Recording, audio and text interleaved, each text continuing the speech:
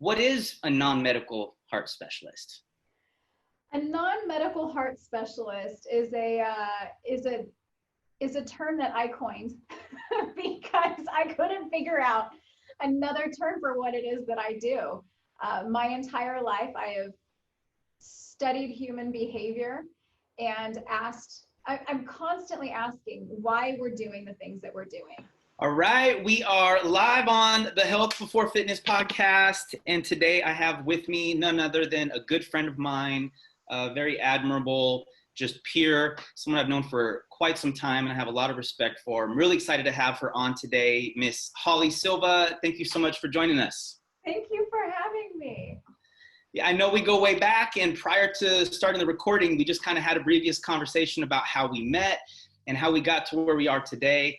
And there's always a reason for things, right? When you cross paths, how you cross paths. I'm so glad you reached back out to me just to catch up and see what I've been up to. And as we started talking a little bit more, and I started learning a little bit about what you've been up to lately, I got really excited because what you're doing and where your heart is something that I haven't covered yet on the podcast. I haven't brought in any experts in your field. And I feel like at this time, with everything we've got going on in this world right now, with your expertise and your experience as what you like to call a non-medical heart specialist, it's very intriguing. I really love the way that sounds. And for those who don't know, what is a non-medical heart specialist? A non-medical heart specialist is a term that I coined because I couldn't figure out another term for what it is that I do. My entire life, I have studied human behavior and I'm constantly asking why we're doing the things that we're doing, what motivates people to do the things that we do, what kind of hurts, what kind of joys, and all of these things. And what I recognized is that we have lots of different fixes for the issues in our lives. And ultimately, when it comes down to the only fix for everything, non-medically, really is love. I strongly believe in the power of love, and love is in the heart. And so I've done a lot of heart work, and I help people to do heart work as well. Awesome.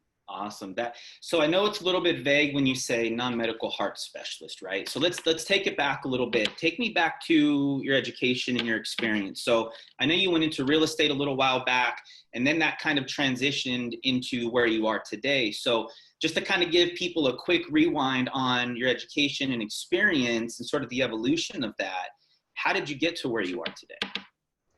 Well, it's taken a lot of heartache, a lot of broken relationships, and not just my relationships with men, but relationships with my family, relationships with people who I would have considered friends and perhaps would have considered me a friend at a time. Mm-hmm. I experienced a lot of brokenness in life. And I have a certain role in this society that pays me, that pays my bills, but really my heart and soul is walking people through this healing. Mm.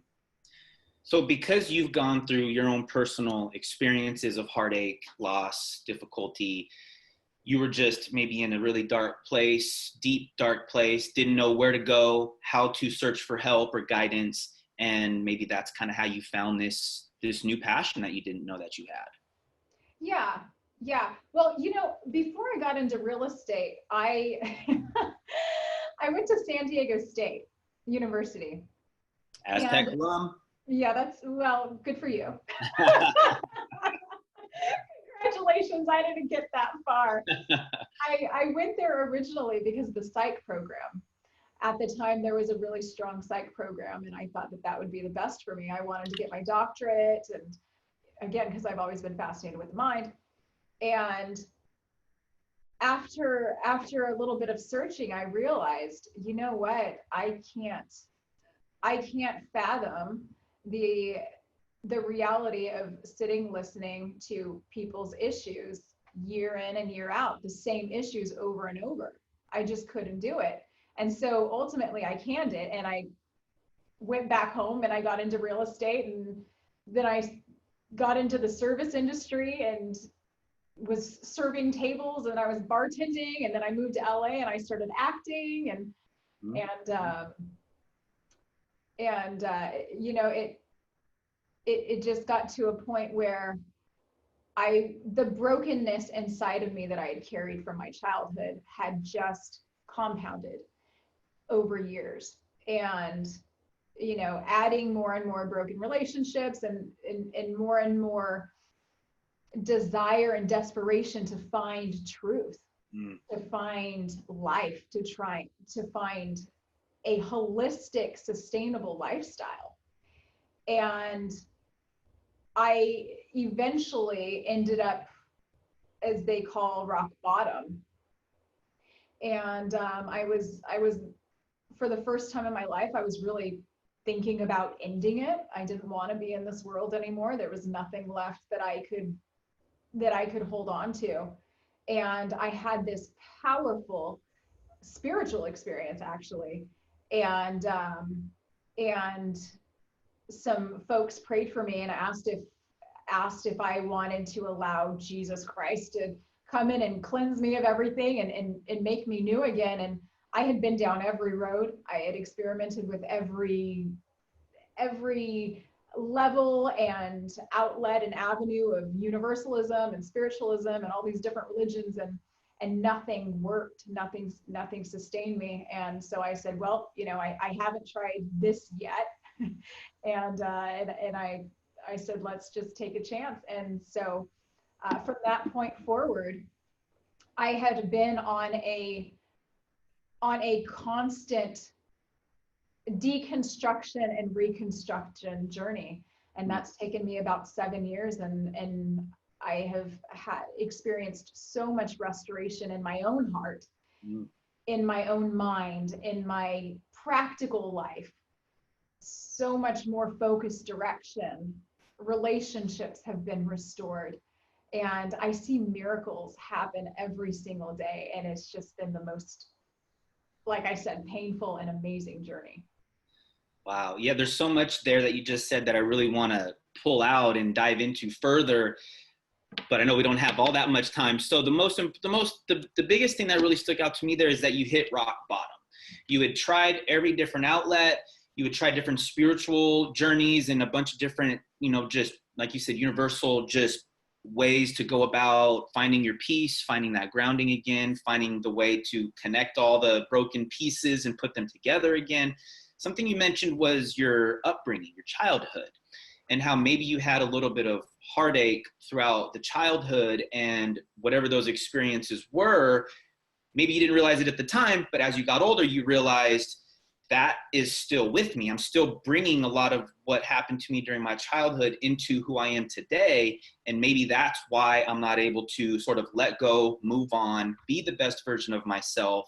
So when you mention rock bottom, you're over here kind of searching for who you are, going to San Diego State, you're going into real estate, you're going into acting, you're just mid-20s, you're just trying to figure it out, right? So when you say rock bottom, how do you know you got to rock bottom? I was 27 years old. And by that point, I had done pretty much everything that I knew in my heart I ever wanted to do. And at that time, I was doing a bunch of different things that I thought were going to make me happy. I was co-hosting an internet talk show. I was developing my own talk show. I had started a gluten-free, soy-free, vegan cookie company before it was really easy to find them anywhere. I was writing music. I was still acting at the same time. Yeah. right? So I was doing a little bit of everything. And of course, I was single. I was working out every day. I was in great shape physically. I was eating well. I was really taking care of my body. I was dating whomever I pleased. And this is just where I was. There was a lot going on. I had the world at my fingertips, I really felt, or I saw, but I felt inside this aching, this longing, this emptiness. I was also smoking weed. I was also smoking cigarettes. I was also drinking. It was very much a trip.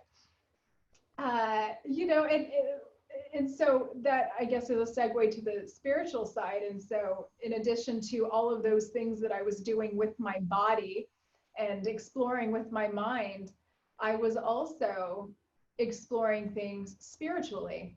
And so I was really deep into meditation. I was going to Native American healing ceremonies.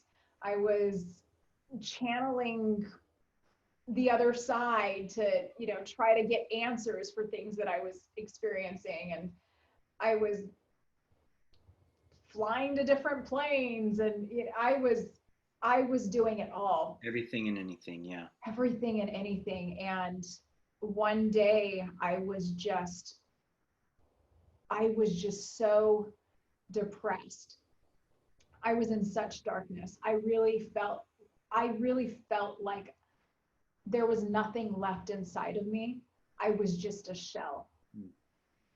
And that's when I was lying in my bed one day and started going through those thoughts. There was the struggle. Yeah. Yeah. I mean, you took the time to actually self-reflect and actually look inward and figure out, what are the things that I'm interested in? What am I curious about? What do I want to learn more about? You've gone out and sampled it, right? You've gone out and done it. Most people get stuck up here and they think, well, I want to try that. I'm interested in this. I'm interested in that. And then they're depressed and down, but they haven't sampled shit yet, right? You've actually sampled it, looked into it, reflected, took action on it, and didn't really find what you were looking for until you found this moment of spirituality with that Jesus relationship, right? And now I know, having, connected with you a few times recently, that your spirituality, your faith is stronger than it's ever been right now, right? And it seems like to me you are mentally, emotionally, just in a good place. You seem like you're in peace. You seem very just happy. You seem very grounded and connected.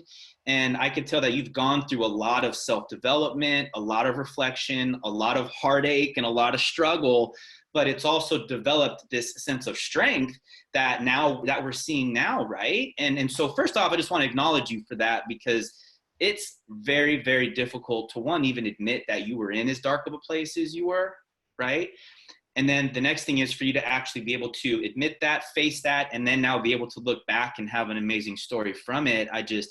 It's not easy to do, so I acknowledge you for that. And that's also why I was so excited to have you on, is because I feel like where you've been, so many people are there right now, right? So many people, when this pandemic first hit, this is what my latest newsletter was just about, actually. It was about habits versus addictions, and really about how our psychological response is to this whole pandemic. And initially there was this crazy adrenaline rush where everybody's freaking out. Oh my gosh, the world's coming to an end. Let me go run to the store, grab as much TP as I can, right? And all the hand sanitizers, so that kids are charging $20 a squirt in school for it. And then this adrenaline rush drops. And now we're about 6 weeks later, right? Mid-April. And this adrenaline drops. But now these cortisol levels are starting to spike because people are starting to realize, I'm not going back to work. I don't have a job.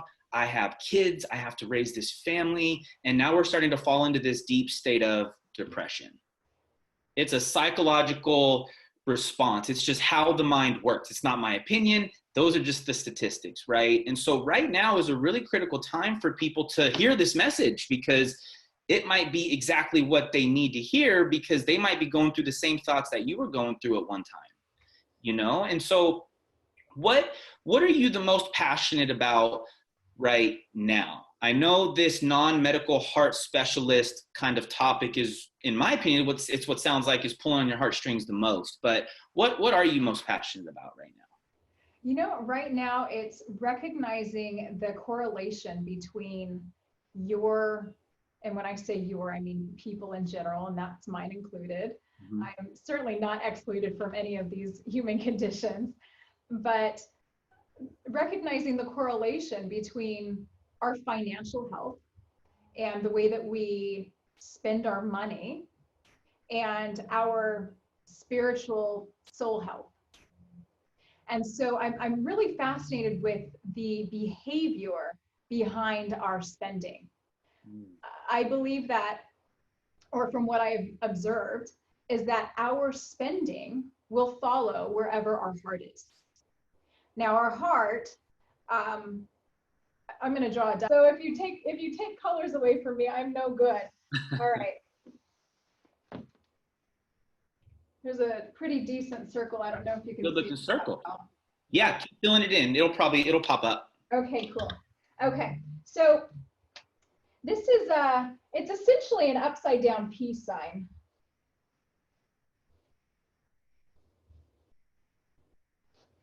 And it goes like this, okay? And so here, this is the entire being. This is who we are as an entire person, okay? It's the whole of you, okay? We as humans, now Maslow has you can look it up, it's a pyramid of human basic needs, and there's a lot that goes into it, but this really simplifies what we are as humans, okay? We're of three different parts. We're of spirit, we're of soul, and we're of body, okay? Now, the body is how we move. It's how we consume, right? Food, drink, drugs, mm-hmm. entertainment, mm-hmm. Okay? What else? Let's see. Substances. Movement. Oh, shelter. Shelter and clothing. It needs protection. And there is also, I put finance here. Okay. Now we'll get back to that in a minute. Now the soul is your mind. So it's your thoughts, it's your imaginations, the way that you think. It's your will. It's the things that you will do or won't do, the things that you want or don't want. And your emotions, which go all over the place, depending on where you are. But ultimately, emotions are simply indicators. And I like to remind myself, and my friends remind me, and we remind one another, that your emotions are not always truth. They're mm-hmm. simply indicators, right? Yes. And then we've got this whole area right here, which is spirit. And the spirit is, I believe, and certain people believe, that the spirit is actually your identity. The spirit is who you are at your core. That's when you come into this world, you came in with a spirit, and when your body finishes here, your spirit leaves the body. Okay. Now, there is a certain place I've come to recognize where, remember I said finance is here. Finance is part of the body. This is one of the concerns of the body, or something that we do with the body. I believe that money is right here on this border between spirit and soul. Okay? Here's why. Whatever we allow to be the driver of our body will determine where this goes. So if our soul, see, our soul is our heart. When we hear, it's a kind of common term now. If you're on Instagram and you're going through healing stuff and looking at all of those things, you hear soul wounds or a healthy soul, right? We're not looking at a healthy spirit. If it's rare that you ever hear somebody talking about having a healthy spirit, because the spirit just is, right? It's one thing or it's another. It's of light or it's of darkness. That's what spirit. It's in the spirit realm, right? Now the soul is where all this color comes from. This is where our heartbreak happens. This is where our scars occur. And if we allow our soul in its brokenness, in its unredeemed, even in its redeemed state, but it still has brokenness to it. If we allow the brokenness and the hurt to drive, that will determine what we do with our body. Okay? Now, I told you that when I was going through my things, I had a healthy body, right? I was eating well. I was drinking whatever I wanted. Working out. But I was also putting a lot of things into it. I was also consuming a lot of, I was listening to a lot of different types of music. I was watching a lot of different types of shows and movies and all of these things, right? Now, you hear what you put in is what you get out. So you mentioned something, Sean, talking about the state of our society right now and how people are, the cortisol levels have increased and people are really depressed, okay? One of the things is what? We can't hug one another. We can't have normal human interaction anymore, right? That's one thing. And you're probably a lot more well-versed on these physiological things than I am, the science. We're wired for connection. Yeah, let's just put it that way. Right? Yeah. And physical contact, physical connection. Yeah. But what also affects us largely is what we are intaking. Consume, right. What's coming into the body also affects the soul. See, I don't know if you can really see.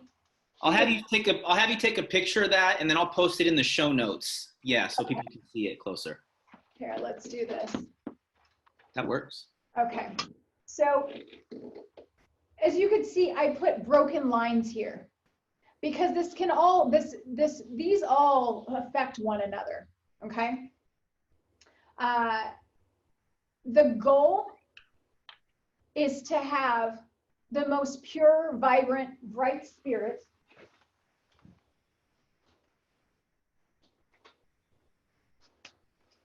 we need to have, our spirit should be feeding our soul.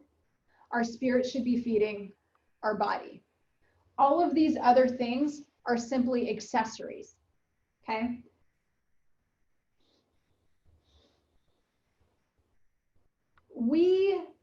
I think as a human, as humans for a very long time, we have been trying to satisfy this brokenness. We've been trying to satisfy the longings with all of these things out here, right? What we really need to be doing is satisfying this with something that's constantly flowing, with something that's constantly new, with something that is sustainable. These things here aren't sustainable. Right. Our money problem or our finance problem, when it comes to where we're choosing to put our money, comes from or creates many of the problems that we have in our society now.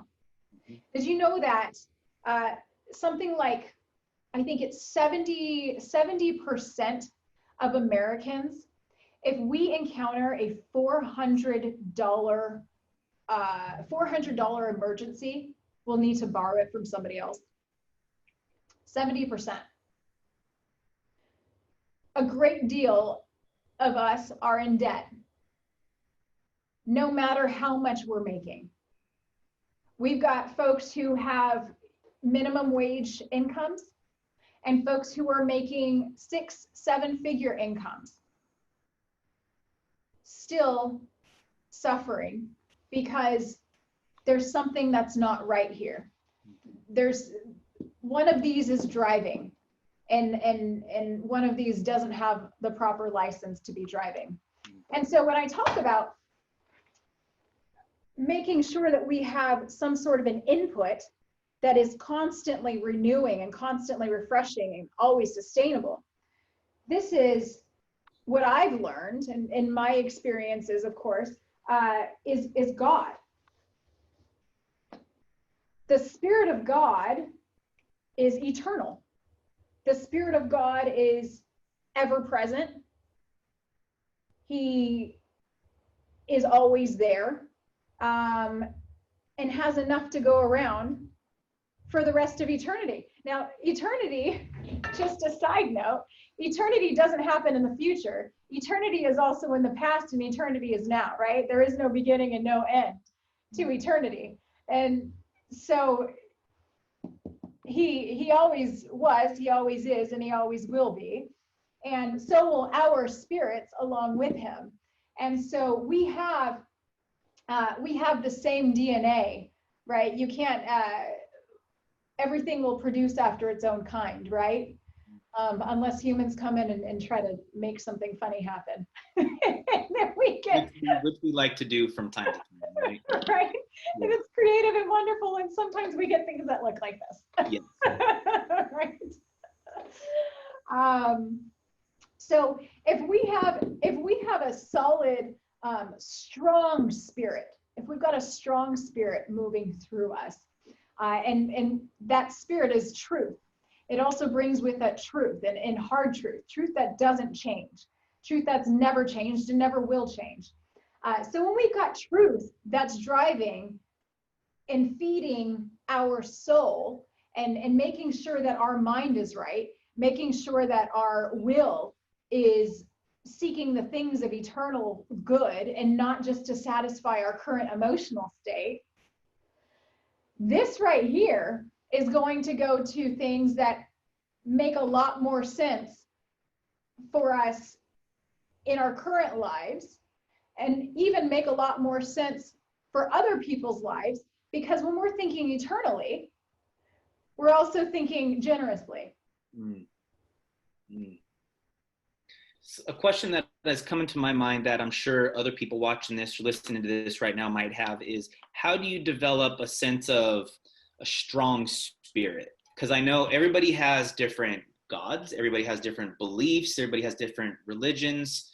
And so being that, understanding that spirituality is a pretty wide spectrum, how do you kind of narrow that down to where everybody can understand how can they work on their development or strength with their individual spirituality?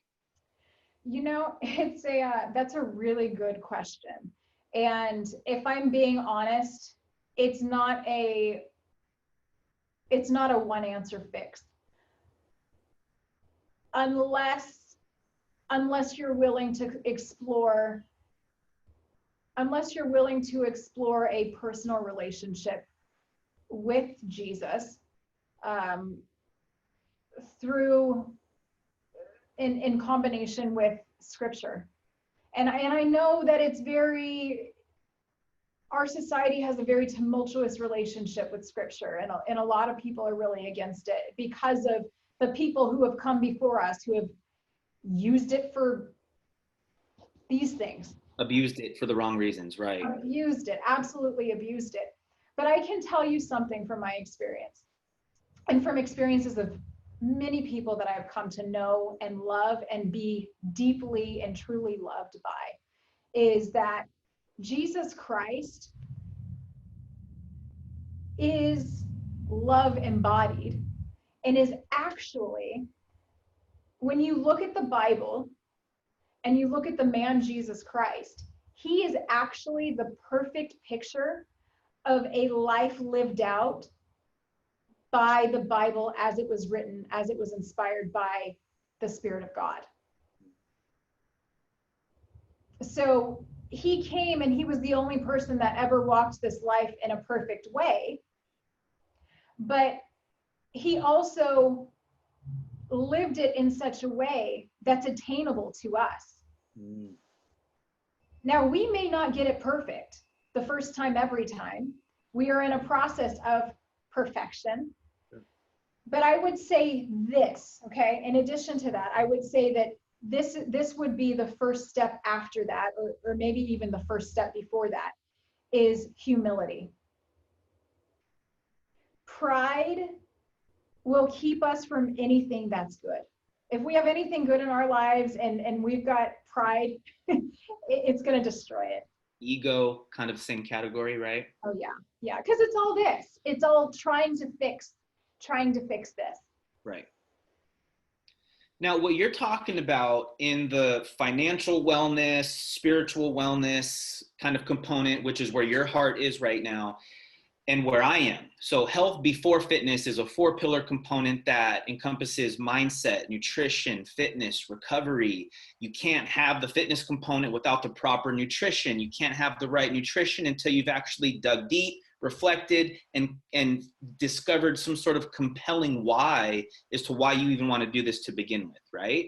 So what you're saying, and with my thoughts and beliefs and values, if you will, over the last 20 plus years of realizing what's most important in someone's, mental, physical health and wellness is the mindset, right? It's all about what's up here that will ultimately dictate how you feel, what kind of energy you bring, how you show up in the world every day, right? And will ultimately tell your legacy and tell your story. And so it sounds like with what you're saying, the spiritual connections, the spiritual education and time in the trenches that you put in to connecting with yourself, you'll end up kind of being attracted or magnetized towards whichever spirituality is calling you, right? Because we all have our own routes, but having that grounded, stable foundation to start from is where most people go wrong, right?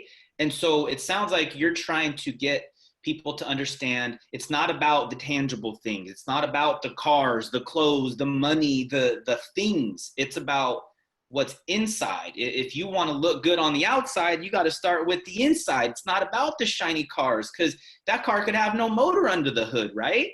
So, and it doesn't last. It's not sustainable. Spirituality, you're saying, is something that is free flowing. It's consistent, and you can rely on it no matter what, right? Yeah. And during these times, during these dark, low moments, is where I find I connect to my faith the most. And I actually not try harder, but I almost spend more time grounding myself, asking for energy, staying grounded, really staying true to my roots. But I've also put in the time over the last, 15, 20 years to establish that sense of confidence. So when shit does hit the fan, I can actually go to my higher power and look for comfort, look for peace, look for help. And then all those other tangible things, in my opinion, are just a byproduct of that foundation, right? And so most people in this world are missing the foundational components to happiness, to love, to connection. And so what kind of, if you were to say, like, give me just 3 really easy tips, what are 3 easy tips, easy things that people can start to focus on right now that will help them get their life back on track? Oh man. I didn't prep you for this one. Yeah, no, okay. So,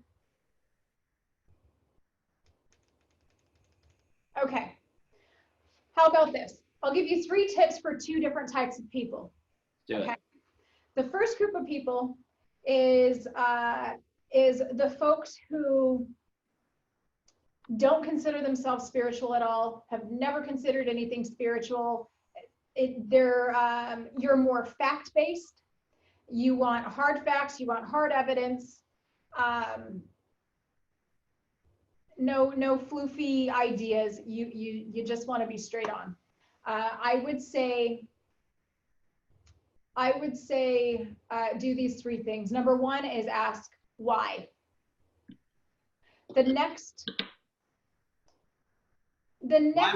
Why what? Sorry, before you move on to the second one. Yep.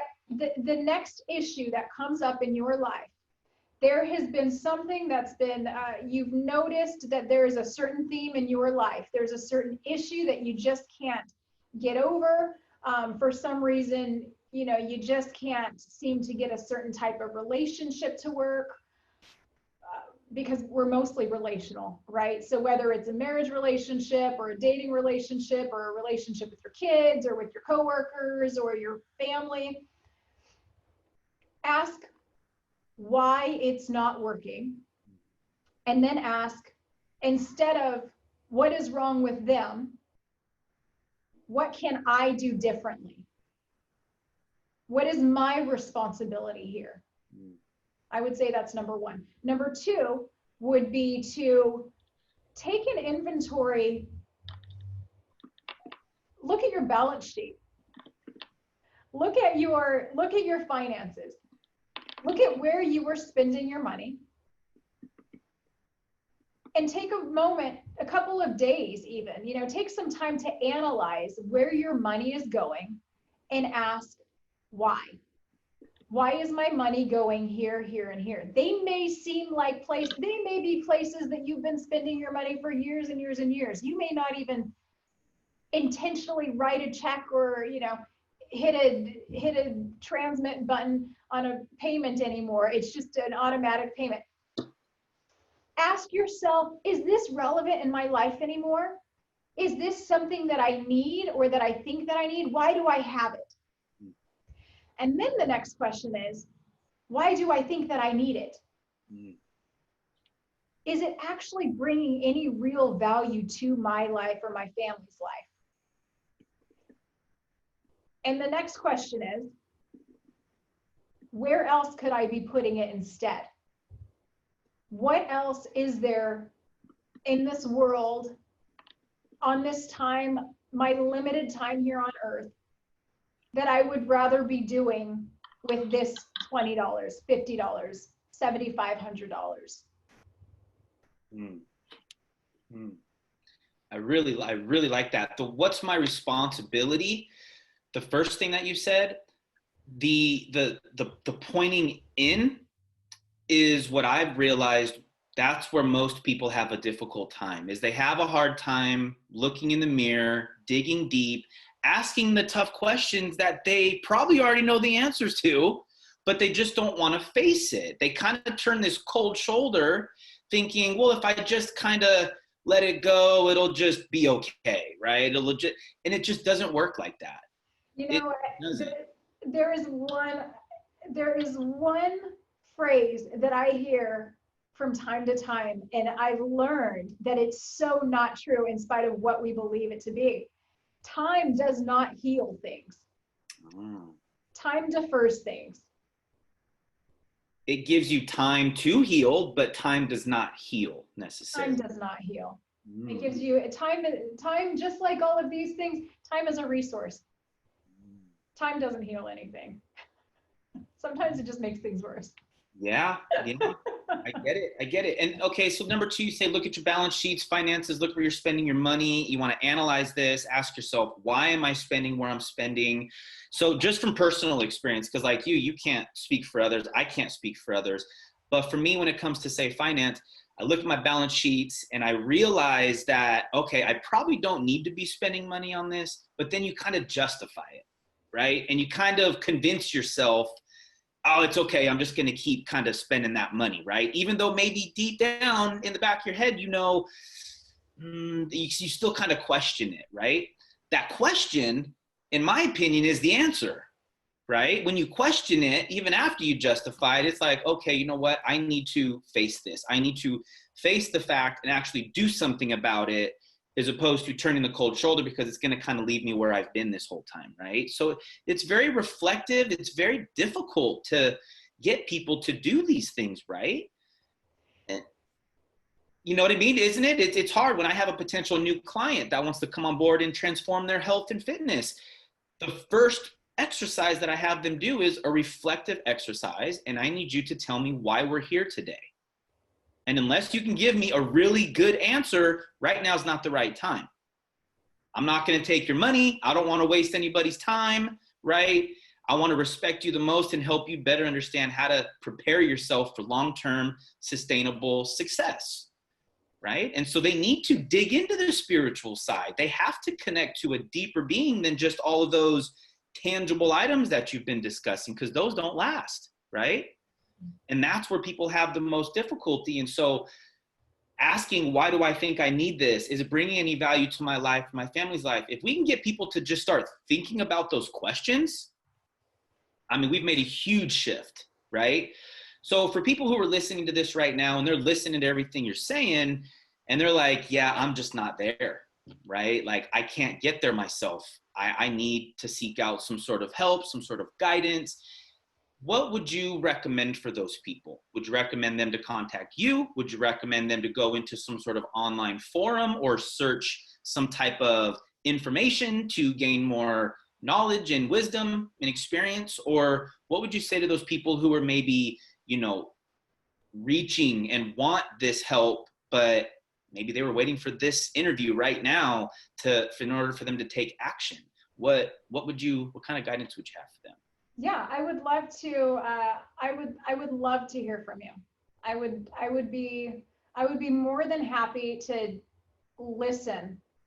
To just, sometimes it's as simple as we need. You know, sometimes I call my girlfriends up or I polo them, and I'm like, I just need you to listen, and they're like, okay, you know. And then we find the answer just by speaking it out sometimes, right? So I would be more than happy to just be a sounding board. And if I can guide you in any, you know, direction, personally or to the proper person, I have a great network of folks who are specialists in, you know, different realms of life. I would be more than happy to. Awesome. And so how can people find you? How can they connect with you? Let's see, you can find me on Instagram. Do you want me to give that handle here? Go ahead. I'll put it in the show notes also, but what is it? Yeah, that's Holly Silva. That's that with an S, Holly Silva. H-A-T-S, yeah. HOLLYSILVA. That's right. And you can email me at that's Holly Silva, same name as my Instagram handle, at iCloud.com. At least I believe it's a .com, right?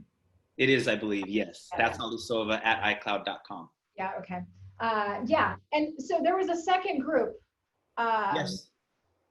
Do we have time for that? Absolutely. The other type of spiritual person, correct? Yes. So 3 words of advice for you spiritual folks.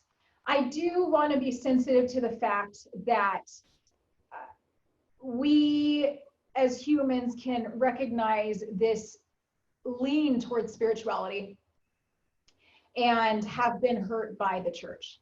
The moment that I mentioned Jesus, you probably cringed and wanted to shut this off. And the fact that you are still listening, I am deeply honored by that fact that I even have that privilege to have had your ear for this long. So I don't want to let another moment go by without acknowledging that fact. And even for the folks who are strictly cerebral, okay? I honor that fact and I respect that fact, and I thank you for that. I would say number 1 is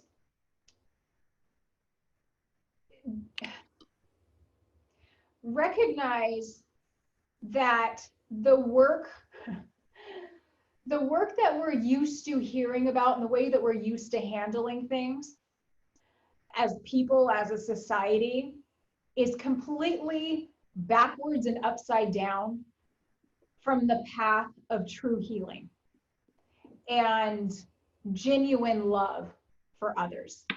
A love that we really truly are longing for inside, and the love that we really truly are longing to give. It is a completely different path from what we've been taught and what we've learned. Okay. That's, I think, the first thing to keep in mind.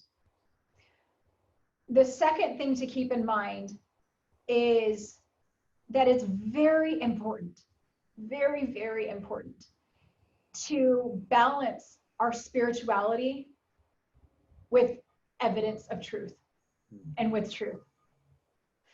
Because the spirit is kind of this nebulous thing. Until you know that you know that you know that you are hearing the voice of God, it's of the utmost importance to balance that spiritual strength in yourself with hardcore truth and evidence of truth. That's why the Bible, which is the written word, which doesn't change. Of course, there are different translations, but it all says the same thing. Well, I can't even say it all says the same thing because there are lots of different persuasions now. And how you perceive it also can be misconstrued, right? Yeah. So, if this is something that you're really trying to figure out, reach out to me and I will guide you to some fantastic resources to make sure that you are doing what's at least led me to this point. And I have a BS radar that's it's strong. I will question anything and everything, and then I'll make sure that so I would say, and also for the cerebral folks, I know that spirituality is a little bit difficult to comprehend, but recognize that you are spirit. So, don't completely discount that either. So that was number 2. And number 3 is understand that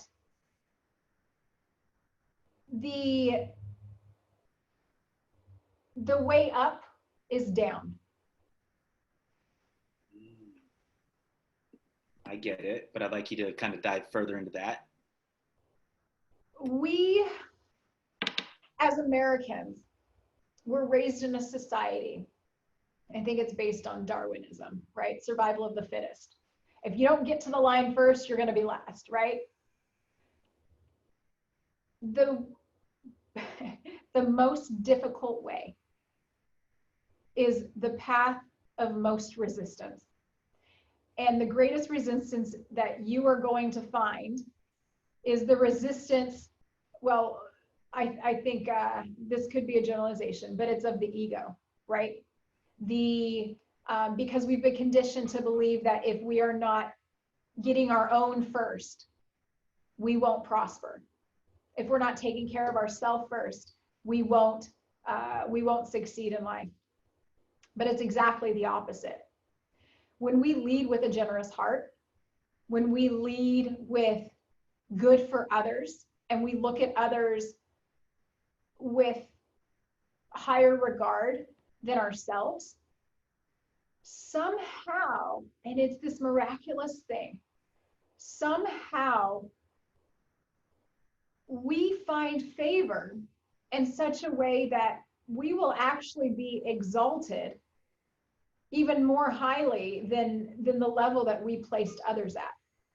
And I'm not talking about make idols of people or worship people or anything like that. I'm talking about honor.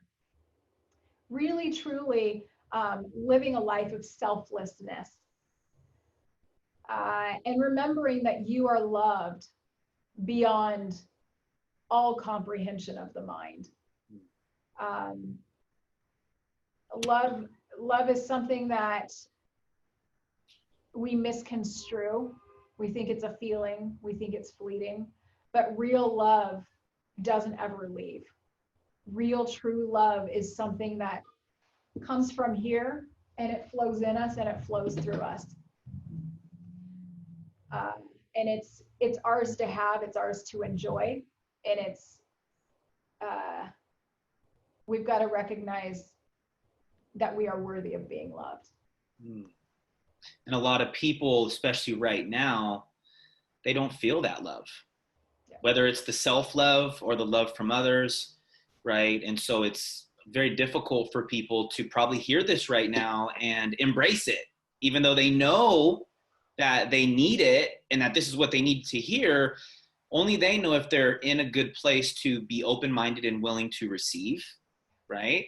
And then as we know, I mean, you even mentioned it earlier, how many people like to consume information? The question is how many people actually do something with the information that they receive? For some reason, we just love to consume.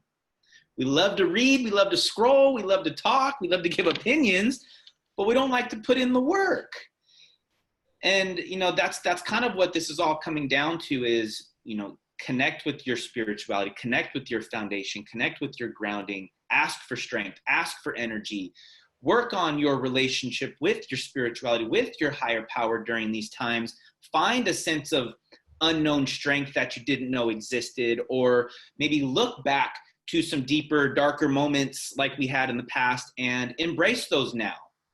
Ask for, you know, the strength to move forward. Ask for the strength to let go. Ask for the strength to see the light, see the hints and the tips that I'm asking for, right? It's not just going to happen. It's not just going to happen on its own. And I think we understand that, but what is it that's going to really get people to get off their butt and take action without it having to get to that rock bottom moment when they actually want to ask themselves, should I or shouldn't I, right? And so I really hope that people allowed for this episode to resonate with them. It's a slightly different topic than what we usually discuss, which is, again, mindset, nutrition, fitness, and recovery in some way, shape, or form. But you bring in this sense of mental, spiritual health and wellness, and financial health and wellness, and information and value that we're bringing that we haven't brought before. So very excited to have you on today. And I feel like I can ask you so many more questions, and I'm sure people listening are going to have questions as well. And so please email Holly, contact her on social media, reach out to myself, leave a comment on your podcast platform. Maybe you're watching this on the video, on the recording on YouTube. Leave us a comment down below. Let us know what you guys thought, whether it's good or bad, whether you agree with it or not. We want to hear it. And it would mean a lot if, you know, you just shared your thoughts and shared the feedback, because that's why we do what we do, right, Holly? I mean, we don't do it because we expect something in return. We do it because we understand the value of it. And we know if just one person hears this right now and they do something because of the information that they consumed, then this was well worth our time, right? Absolutely. Yeah. Absolutely. Awesome. Is there any last thoughts or anything that you want to share before I ask you the final question? Oh, there's a final question. It's actually a two-part question. Yeah. Okay. Yes, and I'll make this really quick. I just really feel like somebody needs to hear, you can do it. I feel like there are things that have been happening in your life for a very, very long time that have been telling you, you've become even convinced that the dream that's been in your heart your entire life will just never happen. And I feel like you're on the verge of giving up. And I want to say, don't give up. You can do it. The prize is just on the other side of the struggle. So just keep going. I love that. I love that. Okay, last question is, what is your relationship with failure? That's the first part of it. What is your relationship with failure? I used to hate failure. The thought of failure used to paralyze me and prevent me from even trying. Because you were afraid to fail. I was afraid to fail. And, well, you know, I think I was so used to failing, actually. I was so used to failing that I was afraid of succeeding because I was afraid of shining. I was afraid of actually being seen and recognized for who I truly am. Wow. How did you come to that? How did you come to that realization? Because it's funny you mentioned that, because I sort of battle with this fear of success. Yeah. So what made you realize that you were maybe more afraid of shining than you were of failing? Was it because you got so used to failing and it just became more of this comfort, normal thing that you were used to? You know what? It wasn't, you know, I use that expression loosely, that I was afraid of failing. I think or that I failed so much. I think ultimately I had lived, I had done things in a certain way long enough, believing that I actually wasn't worthy of succeeding. So it wasn't really failure that I was afraid of. I had to get to a point where I was just tired of not succeeding, that I was tired of not hitting the next level in life that I knew deep down in my heart I was designed to experience. I had to get sick of it. So you got tired of failing because you failed so much that you just kind of left it no other option but to succeed from here on out? I got tired of not succeeding. Got it. Not failing, but not succeeding. I agree completely. That's where I got tired of not living the life that I know I was designed to live, not walk the calling I knew I was designed to walk. So now at this moment, your relationship with failure, you're not afraid of it. You've been there, you've done it, you've experienced it, but what's your relationship with it now? Now, I actually believe, you know, all those quotes you see, if you don't fail, you don't succeed, or, you know, trying guarantees failure. And I embrace it so much, because I know that if I don't, and I don't even like to say failure, because I believe that life is a journey, right? And as long as I keep my eyes on where I want to be and what it is that I want to be doing, I'm going to get there. And so if I try something and it doesn't work, then I look forward to seeing the outcome of that as a redirect. Mm-hmm. Somebody told me not too long ago, you know, you just keep pivoting. And I thought, at first I internalized it. And I thought, why? Like, that is just okay, yeah, I keep pivoting. You know, you got a little defensive on that. A little bit defensive. I'm like, who are you to tell me that I'm pivoting like it's a bad thing? And I realized, no, you know what? That's a good thing that I'm pivoting. Because as long as you are pivoting, and that pivot is still taking you in the direction that you want to be heading, you're getting that much closer to your goal. Yep. If you stop, if you fall on your face and you refuse to get up, now that's a pivot you don't want to make. You don't want to quitting, right? You don't want to make a 360-degree pivot. Not go anywhere, right? 80. Yeah. I love that. Okay, lastly, and then I'll let you go. Okay. Why do you think, and we kind of discussed it already in the last hour, but if we were to just summarize it, why do you think most people fail when it comes to their health and fitness, health and well-being, just their overall health, right? I mean, in any component that we just discussed this last hour, why do you think most people fail when it comes to their overall health and well-being? Oh man, this is such a good question. I'm so glad that you asked this question, because this was the first major breakthrough in life, was this realization, is that I believe that we as people are always looking at the wrong thing. We're looking for the wrong results. Those wrong results come as a result of incorrect thinking, or maybe not incorrect thinking, but it comes back to your foundation. It comes back to why. And when it comes to fitness, it's important to recognize, and anything, right? Anything over here. These are all resources. Our body is a resource. Our body is a tool, and it's a magnificent tool, and it will do lots of things for us.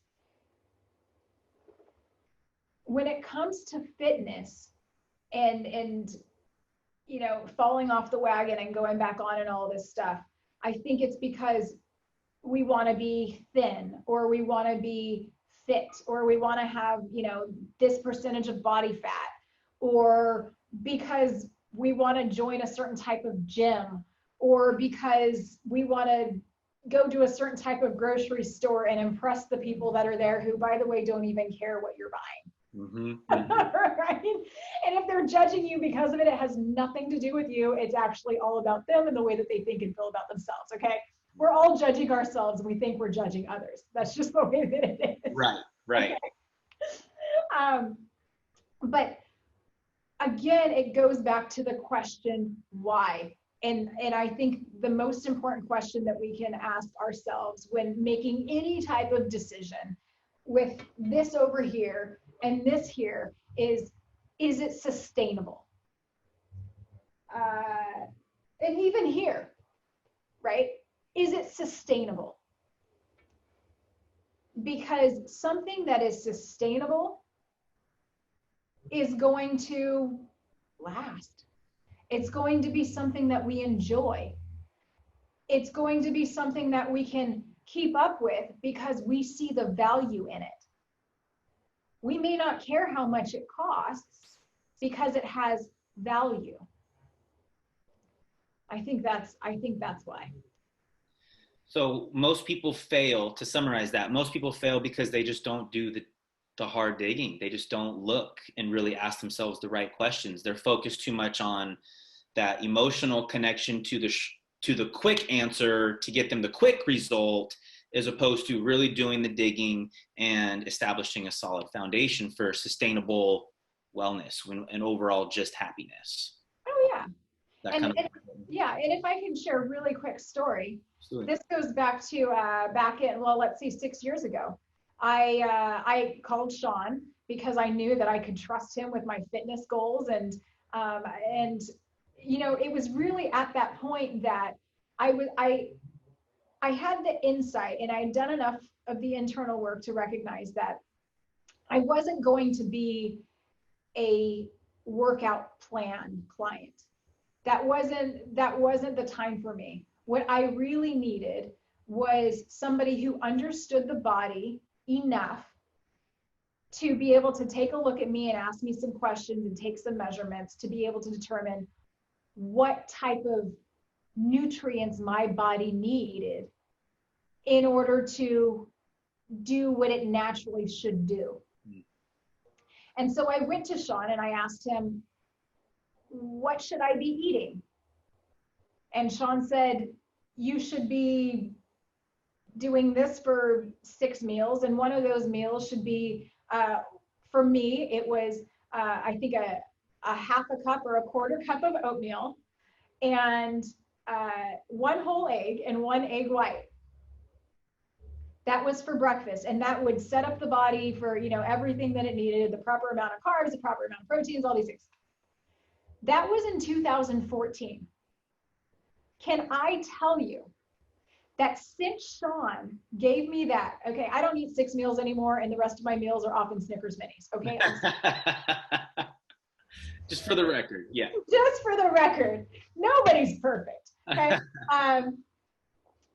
But every single morning, because I find such great value in it, if I can, my planned breakfast is exactly those 2 eggs with oatmeal.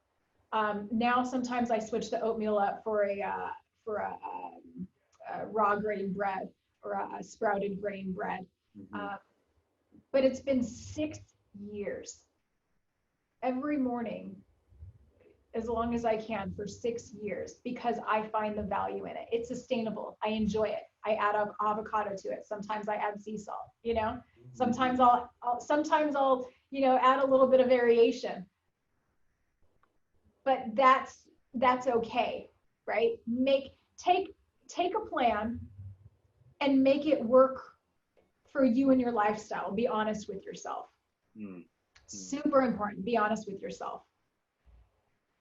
That's exactly where I think we need to end that. Be honest with yourself, not anybody else. If you can't be honest with yourself, you can't be honest with other people. Starts with you. You have to reflect. You have to look in. That's the first step.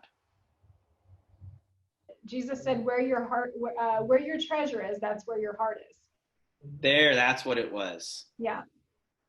That's deep. Where the treasure is where your heart is. People think that they need their heart to be where the money is in order for me to get the money, when in reality, it's kind of the other way around. Right? Where's your heart? That's it. Wow. And Holly Silva. And this will help you determine where that heart is. Yeah. I would love nothing more than to have more dollar signs in my bank account than that $1 sign. So I'm going to connect with my spirituality. I'm going to connect with my mindfulness and my soul, and continue to put in the hard work. And the things that you shared today, I think, are very valuable for everybody to do. And so again, in closing, thank you so much for your time. I had a real blast today having you on. It's too bad we're not in person, but once we get back to this normalcy, we'll have to follow up and do another one of these.